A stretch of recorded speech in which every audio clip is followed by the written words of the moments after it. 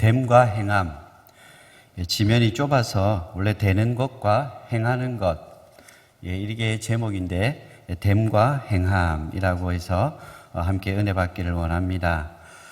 올 한 해 그냥 지나가는 말이 아니라 정말 너무 수고하셨고 여러 가지 경제적인 어려움들, 또 여러 우방 국가들과의 또 좋지 못한 그러한 또 관계들 속에서, 또 정치적으로 안정되지 못한 또 여러 가지 문제들 속에서 잘 이겨내시고 또 잘 견디시고 또 그 어려운 상황을 잘 극복해 나가기 위해서 힘쓰셨던 이 한 해가 내년에는 올해보다 또 더 좋은 한 해가 될 것을 믿습니다. 우리가 그러한 또 기대와 또 소망을 가지고 또 새해를 맞이할 수 있는 뜻깊은 그런 시간이 되었으면 좋겠습니다. 한 기독 잡지에 이러한 제목의 글이 올라왔습니다. 그 사람이 천국에 온다면 나는 천국에 가기 싫다. 아주 미웠던 사람인 것 같습니다. 그리고 그 글의 마지막에 이제 그러한 질문을 던지면서 끝을 냅니다. 당신이 천국에서도 원수와 같이 살 수 있습니까? 당신은 천국에서 그 원수와 함께 살 수 있겠습니까? 라는 질문을 던집니다. 우리는 하나님의 말씀 가운데 여러 가지 것을 많이 배웁니다. 그 중에 특별히 하나님의 사랑에 대한 그러한 말씀들을 가장 많이 우리가 듣고 또 배우고 또 사랑의 실천에 대한 내용들의 도전을 가장 많이 받을 것 같습니다. 과연 우리는 어떻습니까? 신앙의 연수가 많음에도 불구하고 그 사람이 신학적인 굉장히 깊은 질문입니다. 그 사람이 천국에 온다면 나는 가기 싫다라는 이 질문이 그냥 질문이 아니라 이 신학자에게 있어서는 굉장히 깊이 있는 질문입니다. 그리고 마지막에 던진 그 질문도 굉장히 깊이 있는 질문입니다. 당신은 천국에 가서도 그 원수와 함께 살 수 있겠습니까? 란 그러한 질문을 던지는 겁니다. 올해 그렇게 하지 못했다면, 우리가 신앙의 성장과 성숙이 있다라고 한다면 내년에는 그 질문에 올바른 답을 할 수 있어야 됩니다. 올해도 그렇고 내년에도 그렇고 내후년에도 이 질문에 답하지 못한다면 우리의 신앙은 이미 정체되어 있는 것입니다. 나를 돌아봐야 되고 도전받아야 되는 것입니다. 내 신앙이 여기까지구나. 원수까지 사랑하지 못하는 내 신앙은 아직 성장하지 못하고 성숙하지 못하고 멈추어져 있구나라는 사실을 우리는 우리 스스로를 반성하고 내년에는 그 원수조차도 사랑할 수 있는 그 큰 마음을 우리들에게 주시도록 또 그렇게 살아가시도록 도전받는 그런 한 해가 되었으면 좋겠습니다. 오늘 읽었던 1절과 2절 말씀에 너희는 되고 너희도 행하라 이렇게 이야기하고 있습니다. 제가 한 번 더 말씀을 읽어보면 그러므로 사랑을 받는 자녀같이 너희는 하나님을 본받는 자가 되고 너희는 되고 이렇게 얘기합니다. 그리고 그리스도께서 너희를 사랑하신 것 같이 너희도 사랑 가운데서 행하라 라고 이렇게 얘기합니다. 앞에 이게 수식하는 그러한 단어들이 있습니다. 너희는 사랑받는 자녀같이 라는 수식이 있고 너희를 사랑하신 것 같이 라는 수식어가 있습니다. 꾸며주고 있습니다. 이 말 속에서는 이미 하나님께 선행된 은혜가 있다라는 것입니다. 먼저 우리는 하나님께 사랑받는 자녀였고 하나님이 우리를 사랑하셨다라는 것을 말씀해주고 있는 것입니다. 이 세상에 어느 누구도 나를 사랑하지 않는다 할지라도 하나님께서는 내가 인지하든 인지하지 못하든 이미 하나님께서 너희는 사랑받는 자녀같이 하나님을 본받는 자녀가 되어라 라고 말씀하신 것처럼 이미 우리는 하나님께 사랑받는 자녀가 되어 있는 것입니다. 이건 부인할 수 없는 겁니다. 특히나 이 자리에 예배 자리에 있는 분이라고 한다면 특별히 하나님께서 사랑하셔서 이곳에 부르시고 함께 새해를 맞이할 수 있는 은혜를 주신 것입니다. 그리고 어떠한 것을 행하기 전에 너희를 사랑한 것 같이 누가 누구를 사랑한 것 같죠? 하나님이 우리를 사랑한 것 같이 너희 또한 사랑 가운데서 행해라 라고 이렇게 얘기하는 겁니다. 우리는 이미 하나님께 먼저 받은 사랑과 은혜가 있습니다. 하나님께서는 어떠한 것도 모범을 보이지 않고 그것을 해라라고 이야기하시는 분이 결코 아니십니다. 제자들을 파송하실 때도 약한 자들, 그들을 세울 수 있고 고칠 수 있고 귀신을 쫓을 수 있는 권세를 주시면서 제자들을 파송하셨습니다. 하나님께서는 이 예수 그리스도를 통해서 모범을 보이셔서 이렇게 사는 모습을 우리가 알 수 있도록 이 땅에 살아있는 자들이 예수님을 볼 수 있게 하셨습니다. 어떻게 살아야 되고 어떻게 사랑해야 되고 어떻게 용서해야 되는지를 예수 그리스도를 통해서 보여주시기 위해 이 땅에 보내신 것입니다. 우리가 사랑할 수 없어. 저런 분을 내가 어떻게 사랑하지? 이러한 상황에서 어떻게 감사하고 하나님께 기쁜 삶을 살 수 있지라고 얘기하는 것은 하나님의 입장에서 볼 때는 너무나 억울한 일입니다. 우리가 올 한 해도 이 삶을 돌아볼 때도 하나님께 먼저 받은 그 은혜와 사랑과 축복들이 많을 줄 압니다. 우리의 삶이 먼저 감사하는 자가 되고 또 우리가 누군가를 사랑하는 자가 되고 그럴 때 우리는 진정한 그리스도인으로서의 삶을 성숙하게 만들어갈 수 있는 것입니다. 올 한 해 우리의 삶을 돌아볼 때 하나님께서 내가 너에게 무엇을 주었으니 너 또한 내가 준 것 나에게 돌려줘. 이렇게 요구하신 적이 몇 번 정도 있습니까? 아니면 그것을 생각할 수 있을 만큼의 기회를 가진 적이 있습니까?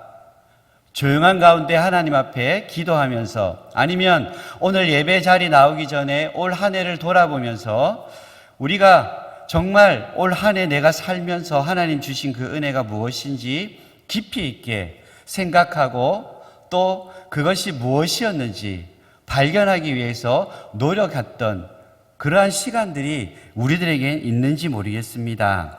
하나님이 올 한 해 주셨던 물질들, 건강들, 자녀의 축복과 또 사업에 관련된 여러 가지 축복들, 그리고 인간과의 관계 속에서 주셨던 그러한 화해의 축복들, 또 회복의 축복들, 이러한 것들을 내가 주었으니 너희가 내게 받은 이것을 다시 돌려달라라고 얘기하시는 분은 아닙니다. 자녀 축복 주었으니 자녀 나에게 맡기고 나를 섬기도록 바쳐라 라고 얘기하지 않습니다. 물질의 축복 주었으니 이자 쳐서 나에게 갚아야 돼 라고 얘기하지 않습니다. 장수의 축복을 주었으니 생명을 바쳐라고 요구하시는 분이 아니십니다. 또 그러한 요구를 받는 분들도 있기는 합니다. 하지만 우리가 하나님이 내가 이런 것만큼 주었으니 그만큼 나에게 갚아야 돼 라고 하시는 분이 아니라는 것입니다. 한없는 사랑을 주시는 분이고 영원한 사랑을 주시는 분입니다. 영원한 것을 주셨다라고 하는 것은 그것을 돌려받기 위해 주신 그런 의도가 없다라는 것을 우리는 알 수 있습니다. 하지만 우리들에게 적극적으로 요구하는 것이 있는데 그것이 사랑입니다. 로마서 13장 8절 말씀에 보면 피차 사랑의 빚 외에는 아무에게든지 아무 빚도 지지 말라라고 얘기합니다. 하나님께서는 사랑의 빚만큼은 우리들에게 물어보시고 너도 나처럼 그렇게 사랑해야 돼 라고 명령하시는 것입니다. 그래서 오늘 2절 말씀에서도 너희를 사랑한 것 같이 너희도 사랑 가운데 행해라 라고 얘기합니다. 사랑받았으니 만족하고 살지 말고 너가 그 사랑 가운데 내가 너를 사랑한 것 같이 그렇게 똑같이 그 사랑을 행해야 될 것이다 라고 말씀하시는 겁니다. 올 한 해 돌아볼 때에 우리 가족들, 우리 믿음의 지체들 외에 내가 다른 사람을 사랑하지 못했다면 우리는 우리의 삶을 올 한 해 분명히 반성하고 넘어가야 됩니다. 내년에는 나의 가족들, 또 나를 사랑해 주시는 분, 그리고 우리 이웃 중에 나와 친한 분, 그리고 믿음의 지체들만을 사랑했다면 그것은 옳지 못한 신앙생활인 것입니다. 요즘에 유행하는 단어가 있는데 수비형 교회, 수비형 성도 이렇게 얘기합니다. 공격적이지가 않습니다. 결코 세상 가운데 나가기를 두려워합니다. 교회에서도 그들을 훈련시켜서 세상으로 파송시키는 것이 아니라 세상에 물들까 봐 보호하는 겁니다. 이런 수비형 교회, 수비형 성도가 되어서는 안 됩니다. 우리가 공격적이고 우리가 세상에 나가서 세상을 변화시킬 수 있는 주의 군사가 되어야 되는 것입니다. 그 무기는 말씀과 기도로 무장된 사랑을 가지고 나갈 때에 세상에 좋은 영향력을 끼칠 수 있는 것입니다. 과연 우리는 올 한 해 누구를 사랑하고 얼만큼 사랑했습니까? 우리 스스로를 돌아볼 때에 나를 미워하고 또 나와 가까이 있지 않는 그 소외된 이웃을 위해 우리가 더 많은 사랑을 쏟았다면 그분은 분명 오늘 하나님께 칭찬받는 성도일 줄 믿습니다. 먼저 우리가 사랑의 빛을 진자임을 우리는 알아야 합니다. 우리에게 주신 그 사랑을 그냥 나누는 겁니다. 우리에게 없는 것을 하나님께서 주라고 행하라고 한 것이 아니라 이미 바다에 있는 너, 내가 충분히 차고 넘칠 만큼 준 그 사랑이 너 속에 있는데 그것을 터질 만큼 그러한 사랑을 너에게 채워줬음에도 불구하고 그것을 나누지 못하고 있다면 그것은 옳지 못한 것이다. 내가 너를 그 정도밖에 사랑하지 못했니? 내가 너를 사랑하신 것 같이 이 사랑은 엄청난 사랑입니다. 하나밖에 없는 그 아들을 주시고 그 아들을 죽이시기까지 사랑했던 그런 사랑입니다. 우리는 그런 사랑을 보여줄 수 없지 않습니까? 하나님이 보여줄 수 있는 가장 큰 사랑을 보여주셨고 그 사랑이 우리 속에 채워져 있습니다. 그것이 터지지 않는 것이 이상하지 않습니까? 그 사랑이 너무나 큰데 터지지 않고 흘러나가지 않는 것이 오히려 이상한 것입니다. 우리는 넘치는 사랑을 받았음에도 내 속에 그것이 새어나갈까 봐 꾹꾹 참고 있는 그러한 신앙생활을 하는 것이 아니라 내년에는 차고 넘치는 그 사랑을 자연스럽게 흘러나올 수 있도록 흘러보내는 그러한 사랑을 행하도록 오늘 말씀을 통해서 우리들에게 주시는 겁니다. 이러한 자가 하나님을 본받는 자인 것입니다. 됨이 먼저인가 행함이 먼저인가 이러한 것을 살펴볼 때 1절과 2절 말씀에서는 너희는 되고 그렇게 행하라 라고 얘기합니다. 이것은 형제 명령형으로 되어 있습니다. 지속적이고 계속적으로 꾸준히 그렇게 하라는 것입니다. 먼저 너희가 하나님의 자녀 되고 하나님의 성도가 되고 하나님의 백성이 되고 하나님의 보실 때 합당한 그리스도인이 되고 그 사랑을 실천하라는 것입니다. 물론 우리가 어떠한 것을 행함으로 그러한 사람이 될 수 있습니다. 하지만 더 큰 영향력을 끼치고 누군가에게 사랑의 은혜의 어떠한 충격을 주기 위해서는 우리가 그러한 자가 되고 어떠한 것을 행할 때에 받는 감동은 더 큰 것입니다. 우리가 어떠한 부분에 있어서도 먼저 인간이 되라 라고 어른들이 우리들에게 조언할 때가 있습니다. 먼저 우리가 어떠한 것을 하기 전에 우리가 성도됨, 자녀됨, 하나님의 백성됨, 그리스도인됨이 되지 않고서는 우리가 하는 것이 방향이 흐트러질 수 있는 것입니다. 오늘 우리가 읽지 않았지만 10절 말씀에 보면은 주를 기쁘시게 할 것이 무엇인가 시험하여 보라 라고 이렇게 얘기합니다. 우리들이 주님을 기쁘시게 하는 것은 먼저 우리가 주님을 기쁘시게 할 수 있는 거룩한 성도의 모습을 갖춘 이후에 우리가 하나님의 기쁘신 그 일을 행할 때에 더욱 하나님을 기쁘시게 할 수 있고 우리가 행하는 그 모든 것들이 하나님께 영광이 될 수 있는 것입니다. 과연 주를 기쁘시게 할 것이 무엇인가? 그리고 끝없이 우리가 이것을 고민하고 생각하며 사는 그 삶이 하나님을 기쁘시게 하는 그 일이 내 삶의 기준이 될 수 있고 방식이 될 수 있고 목적이 될 수 있습니다. 이럴 때 우리의 모든 삶은 온전히 주를 향하는 삶이 될 수 있는 것입니다. 우리가 새해엔 하나님의 일을 하시기 전에 반드시 우리가 하나님의 자녀됨이 먼저 되는 그러한 성숙함이 있기를 바랍니다. 내가 먼저 하나님께 부끄럽지 않는 하나님의 자녀가 된 이후에 그것을 노력하기 위해서 우리가 힘쓴 이후에 하나님의 일을 행할 때에 우리는 더 큰 영향력을 끼칠 수 있을 것입니다. 골로새서 3장 10절 말씀에 보면 새 사람을 입었으니 이는 자기를 창조하신 이의 형상을 따라 지식에까지 새롭게 하심을 입은 자니라. 우리는 하나님의 창조하신 이의 형상을 따라 만들어졌고 또 우리 모든 지식에까지 새롭게 하심을 입은 자입니다. 골로새서 3장 5절과 7절에서는 음란과 부정과 사욕과 악한 정욕과 탐심은 곧 우상 숭배라고 얘기합니다. 하지만 그러한 너희들이 나에게 이러한 은혜와 사랑을 받기 전에는 이렇게 살았다라고 얘기합니다. 골로새서 3장 7절 말씀에 너희도 전에 그 가운데 살 때에는 그 가운데서 행하였으나, 예수님이 이 땅에 오셨을 때도 우리는 죄인 되었을 때 예수님은 이 땅에 오셨습니다. 도저히 사랑할 수 없는 그런 상황에서 예수님은 오셨고 사랑받을 수 없는 그러한 자격을 가진 그때에 하나님께서는 예수 그리스도를 통해서 하나님의 사랑을 보여주셨습니다. 그렇다면 우리를 사랑하지 않는 그러한 자를 위해서, 나를 미워하는 그러한 자를 위해서 우리가 하나님께 본받는 자가 된다라고 하는 것은 그러한 사람을 더욱 사랑하기 위해서 우리가 몸부림치는 것, 애쓰는 것, 힘쓰는 것, 노력하는 것, 이것이 하나님을 본받는 자가 될 수 있고 주를 기쁘시게 하는 삶이 될 수 있는 것입니다. 사랑하면 닮는다고 합니다. 그래서 부부가 서로 닮습니다. 우리가 사랑의 하나님을 깊이 닮아가기를 노력하면 그분을 닮아갑니다. 외형적인 것만 닮아가는 것이 아니라 그 내적인 것까지, 하나님의 성품까지 우리는 닮아갈 수 있습니다. 하나님을 사랑한다면 우리가 그분을 본받고 닮아가시는 또 저와 여러분들이 되시기를 주님의 이름으로 축원합니다.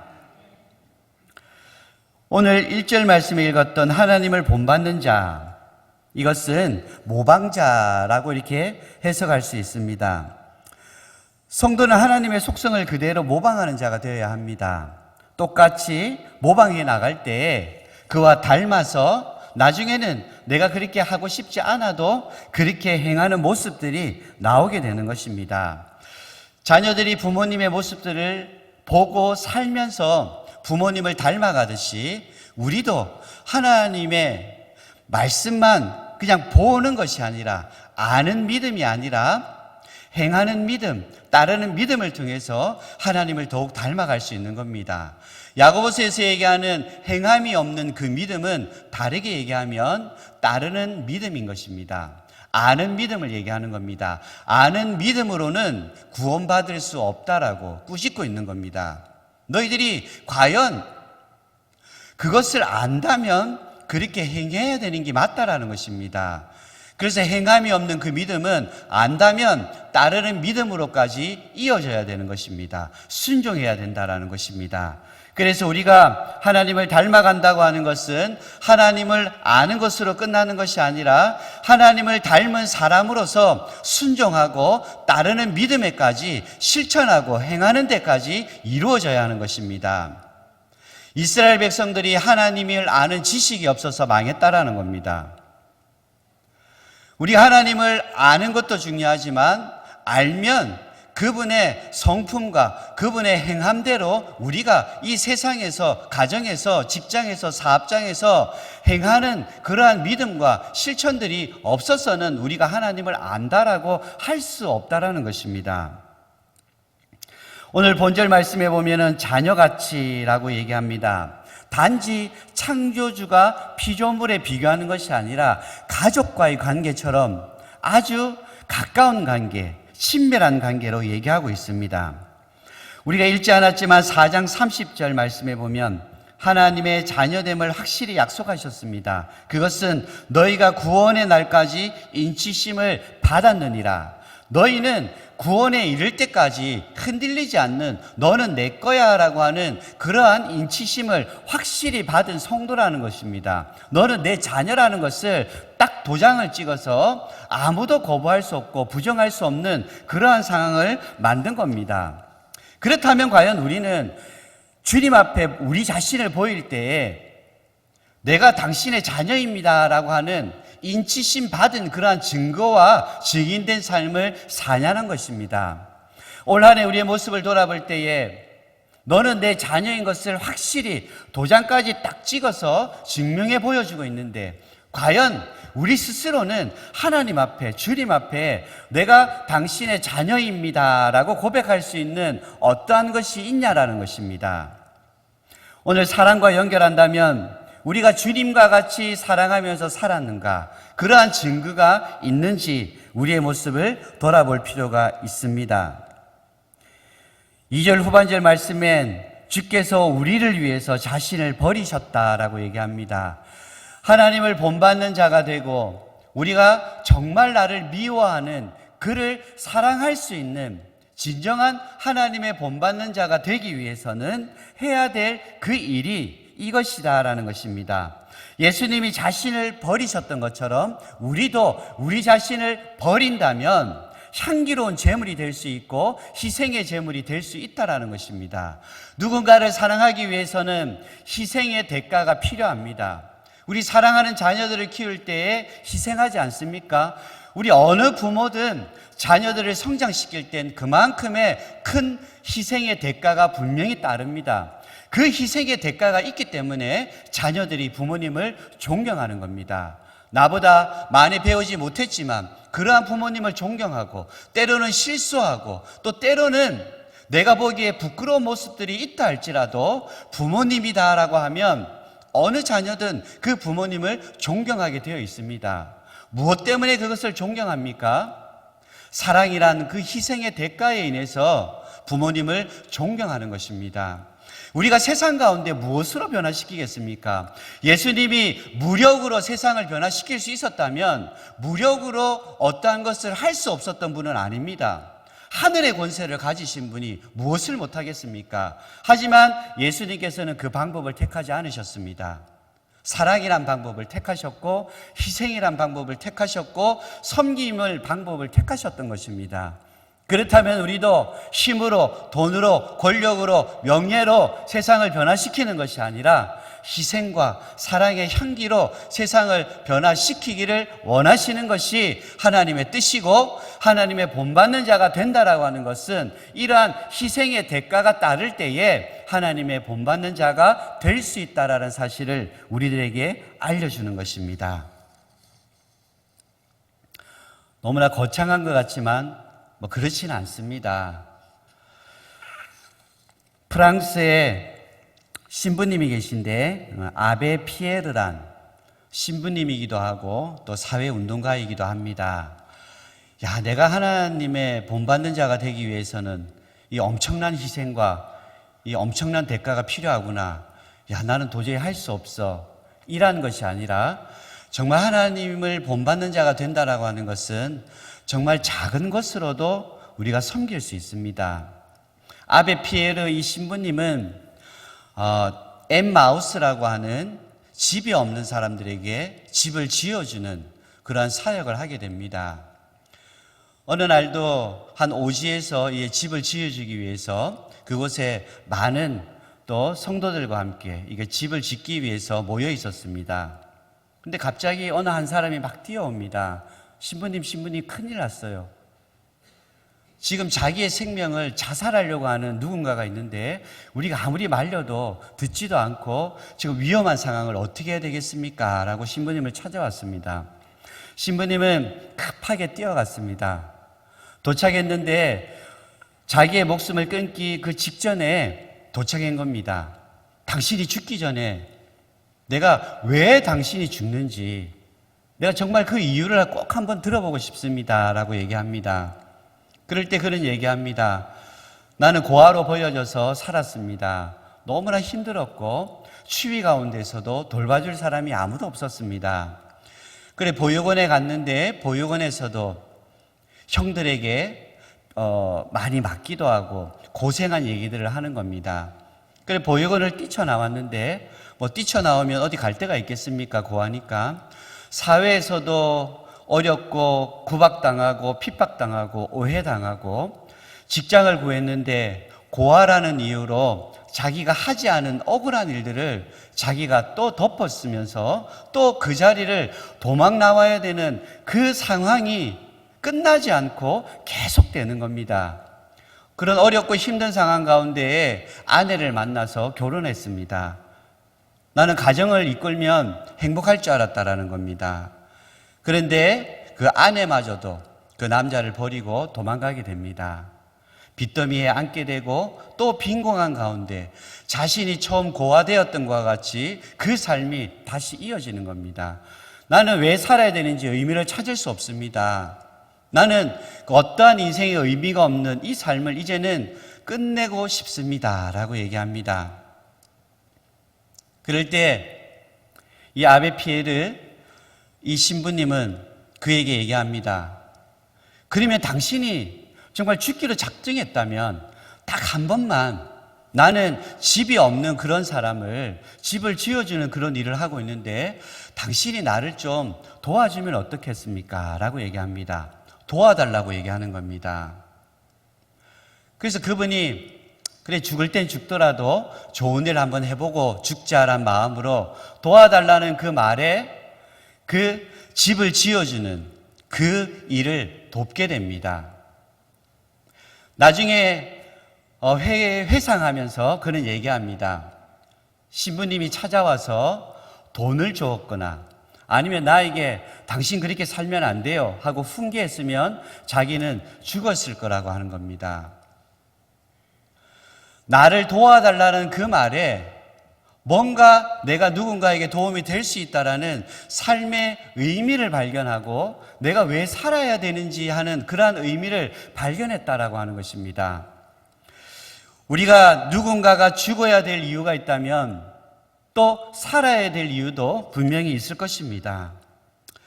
자신의 삶의 의미가 없고 누군가 목숨을 끊는 지금 이 시대에도 우리 한국은 자살 1위 국가로 이름나 있습니다. 돈으로 할 수 있는 것이 너무나 많지만 돈으로 할 수 없는 것도 너무나 많습니다.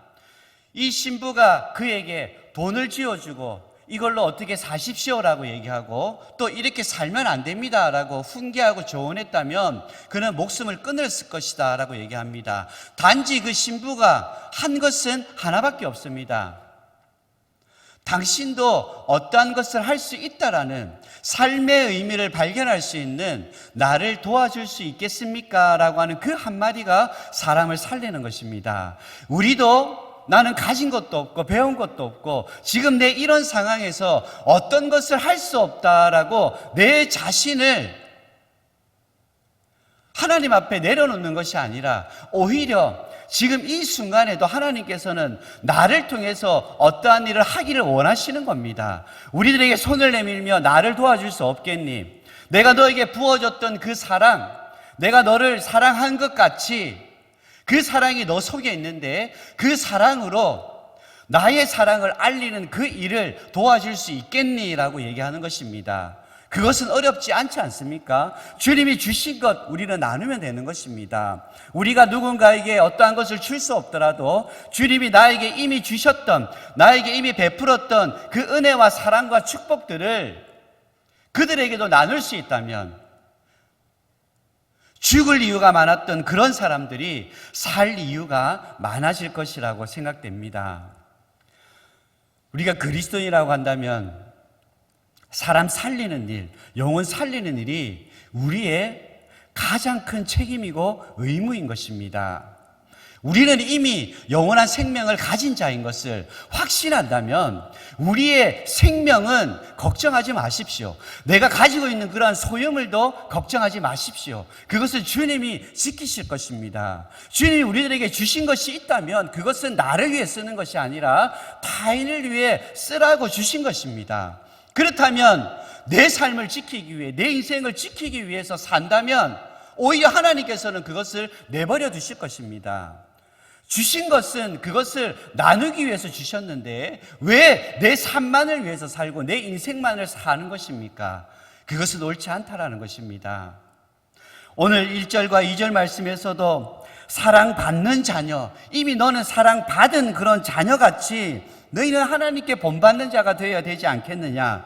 그리스도께서 너희를 사랑하신 것 같이 이미 내가 생명을 다해 너에게 보여줬던 그런 사랑을 보여준 것 같이 너희도 그런 사랑 가운데서 행해야 되지 않느냐라고 얘기하는 것입니다. 우리가 올해는 그렇게 살지 못했다면 내년에는 하나님이 주신 그 사랑이 차고 넘친다고 한다면 그 사랑을 함께 나누고 실천할 수 있는 그러한 삶이 되기를 주님의 이름으로 축원합니다. 살 희망도 없고 살아야 될 이유도 없다면 우리가 살 이유를 그들에게 발견하고 하나님 또한 당신을 사랑하고 있고 이미 당신을 사랑하셨기 때문에 지금까지 생명을 주신 것이고 지켜주셨다라는 그 사실을 그들에게 알릴 필요가 있고 그들이 하나님의 사랑을 또다시 경험할 필요가 있고 나도 하나님께 사랑받았던 자녀이구나라는 사실을 그들에게 일깨워 줄 필요가 있다라는 것입니다. 2020년도에는 그러한 성도님들이 될 것을 더욱더 기대합니다. 그러한 교회가 될 것들이 더 기대되고 그러한 소망을 가지게 됩니다. 올 한 해 목표, 하나님을 기쁘시게 하는 교회였습니다. 하나님을 기쁘시게 하는 성도였고 하나님을 기쁘시게 하는 가정이었고 하나님을 기쁘시게 하는 성도요 하나님을 기쁘시게 하는 내 삶의 모든 영역이 되었음에도 불구하고 우리는 과연 이 실천 목표를 지켰는지 오늘 우리가 새해를 맞이하기 전에 반드시 하나님 앞에 우리가 반성하고 회개할 수 있는 그러한 시간이 우리들에게 꼭 필요합니다. 그래서 이런 삶의 반복이, 이러한 신앙의 반복이 내년에는 반복되지 않게 해달라고. 언제까지 우리 신앙의 정체가 내년까지 이어질 것인지, 신앙의 연수는 20년, 30년에도 불구하고 아직까지도 내가 사랑하는 사람만 사랑할 수 있다면 우리는 하나님을 본받는 자가 아직까지 아닌 것입니다. 우리가 이 시간 눈을 감고 잠시 생각해 봤으면 좋겠습니다. 막연히 예수님이 그냥 이 땅에 오셔서 나를 위해 죽으셨구나.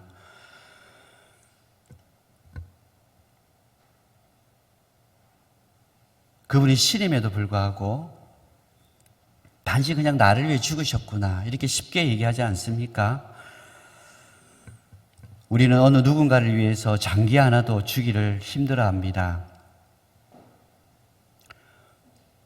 우리는 그 한 시간이라는 그 시간을 그 소외된 이웃들에게 보낸다면 그들이 살 희망을 가질 수 있고 10분이라는 그 시간, 1분이라는 그 시간만 우리가 드린다면 어느 누군가에게 도움이 될 수 있는 또 하나님의 사랑을 전할 수 있는 그러한 삶을 살 수 있습니다. 하지만 올 한 해 우리의 모습을 돌아볼 때에 내 삶만을 그리고 내 가족들의 삶만을 지키기를 너무 바빴습니다. 주님, 이 시간 우리가 잠시 묵상하며 한 1분 정도 기도할 때에 하나님을 본받는 자가 되어야 될 그 삶이 아직까지 신앙의 정체 가운데 어쩌면 또 우리의 신앙의 믿음이 저 땅끝까지 나라까지 떨어진 그러한 삶을 살고 있지 않는지 우리 스스로를 깨닫게 하시고 새해를 맞이하기 전에 주님 앞에 우리가 용서받아야 될 일이 있다면 하나님께 용서 구하고 또 주님께 용서받고 우리가 정말 내 속에 있는 찌꺼기를 다 비우고 새로운 마음으로 주님을 맞이할 수 있도록 우리의 모든 기억 가운데 생각나게 하여 주시옵소서. 우리 이 시간 1분 정도 올 한 해 1월부터 해서 오늘 이 시간의 삶까지 쭉 돌아보며 주님 앞에 정말 주님답지 하나님 본받는 자답지 못하게 산 삶이 있다면 우리가 하나님 앞에 잠시 회개하고 또 용서하며 또 우리의 인생을 반성하는 시간 갖도록 하겠습니다. 잠시 반주해 주시면 우리 1분 정도 우리 조용한 기도로 우리의 삶을 돌아보는 시간 갖도록 하겠습니다. 주님, 목사라고 하면서 성도들보다 더 성숙하지 못하고 또 하나님 앞에 더 약한 모습으로 그리고 희생과 또 섬김과 사랑의 실천의 삶을 살지 못한 그 모든 삶을 주님 용서하여 주시옵소서. 언제 우리가 회개하고 눈물을 흘렸는지, 감사보다는 불평하고 불만하고 원망했던 시간이 더 많지 않는지, 신학의 연수가 10년이고 20년이고 30년임에도 불구하고 아직까지도 나를 아껴주고 사랑하는 사람만 사랑할 수 있고, 아직도 내 것이 내 것이라고 생각하고 주님의 것이라고 생각하지 못한다면 주여 이 시간 용서하여 주시고, 우리가 2020년도에는 정말 하나님 본받는 자가 되고 주님이 우리를 사랑하신 것 같이 사랑 가운데서 행하는 그런 성숙한 성도들이 될 수 있도록 주님 축복하여 주시옵소서. 하지만 주님께서 주신 이 사랑하는 가족들을 위해서 부모로서 헌신하고 또 자녀로서 헌신하고 우리가 있는 자리에서 각자의 모습대로 헌신하며 또 사랑을 실천하며 섬기는 가정, 섬기는 직장, 섬기는 사업장, 우리 교회는 말할 것도 없이 서로가 서로를 아끼고 위로하고 격려하고 사랑하며 우리의 모든 것을 다 줘도 아깝지 않는, 또 만나면 반갑고 얼굴만 봐도 기쁘고 행복한 그러한 성도들의 교제가 있게 하여 주시옵소서. 아무리 힘들고 어려워도 교회에 오면 편하고 행복하고 기쁨이 넘치고, 그냥 와 있어도 성전에 앉아만 있어도 내 마음속에 평안이 있고 위안이 있고, 갈 데 없어 방황할 때도 주님 앞에 나오면 그 모든 것들이 은혜가 되는 그러한 성도들이 되게 하여 주시옵소서. 내가 먼저 은혜 받고 하나님의 자녀 되게 하여 주시고, 진정히 우리의 모습이 성도로서 부족함이 없을 때에 그 하나님의 은혜가 차고 넘치는 그러한 풍성함이 우리들에게 있을 때에 그 하나님의 진정한 그 사랑을 우리가 전할 줄 믿습니다. 우리의 모든 올 한 해의 삶을 주님 용서하여 주시고, 새해를 맞이할 때 더욱더 새해를 기대하며 맞이하게 하여 주시옵소서. 하나님 감사합니다. 올 한 해 돌아볼 때에 얼마나 감사한지요. 우리가 살아있다라는 이것만으로도 가장 큰 감사입니다. 이 세상에 많은 사건과 사고가 있었고, 또 그것으로 인해 가족을 잃고 슬퍼하고 또 고통 가운데 살아가는 많은 사람들이 있지만, 또 이렇게 하나님의 은혜로 2019년도도 잘 보내게 하시고 이제 얼마 후면 2020년을 맞이합니다. 올 한 해 많이 사랑하지 못했다면 내년에는 더 많이 사랑하게 하여 주시고, 올 한 해 좋았다면 내년에는 올해보다 더 좋은 한 해가 될 수 있도록 주님 축복하여 주시옵소서. 우리가 기도한 것 응답받지 못해도 2020년도에는 반드시 그 모든 것들을 다 응답하고 해결해 주실 것을 기대하기에 2020년도를 희망 가운데 소망 가운데 맞이합니다. 우리 사랑하는 모든 성도님들의 가정과 사업장과 직장과 또 모든 삶의 영역 가운데 한없는 하나님의 사랑과 축복들을 부어주시고, 은혜 충만, 말씀 충만, 성령 충만하여 세상을 변화시키는 믿음의 성숙한 성도들이 될 수 있도록 축복하여 주시옵소서. 하나님 나라 확장하는 일에 귀하게 쓰임받게 하여 주시고, 많은 것이 아닌 작은 것에 먼저 충성할 수 있게 하여 주시고, 하나님의 자녀됨이 먼저이며 하나님의 자녀된 자로 하나님께 그 사랑을 실천하며 행할 수 있는 저희들이 될 수 있도록 축복하여 주시옵소서. 내년엔 예배생활, 그리고 구제, 선교, 전도, 봉사, 교제 모든 영역 가운데 하나님의 은혜가 넘치기를 원합니다. 열심을 다해 주님을 섬기듯 성도들을 섬기게 하시고 사랑을 실천하게 하시고, 또 이 지역과 이웃 사회에 또한 섬기게 하여 주시고, 소외된 이웃들 얻게 하여 주시고, 하나님의 사랑이 필요한 곳에 아낌없이 우리가 가진 것으로 돕는 자들이 될 수 있도록 축복하여 주시옵소서.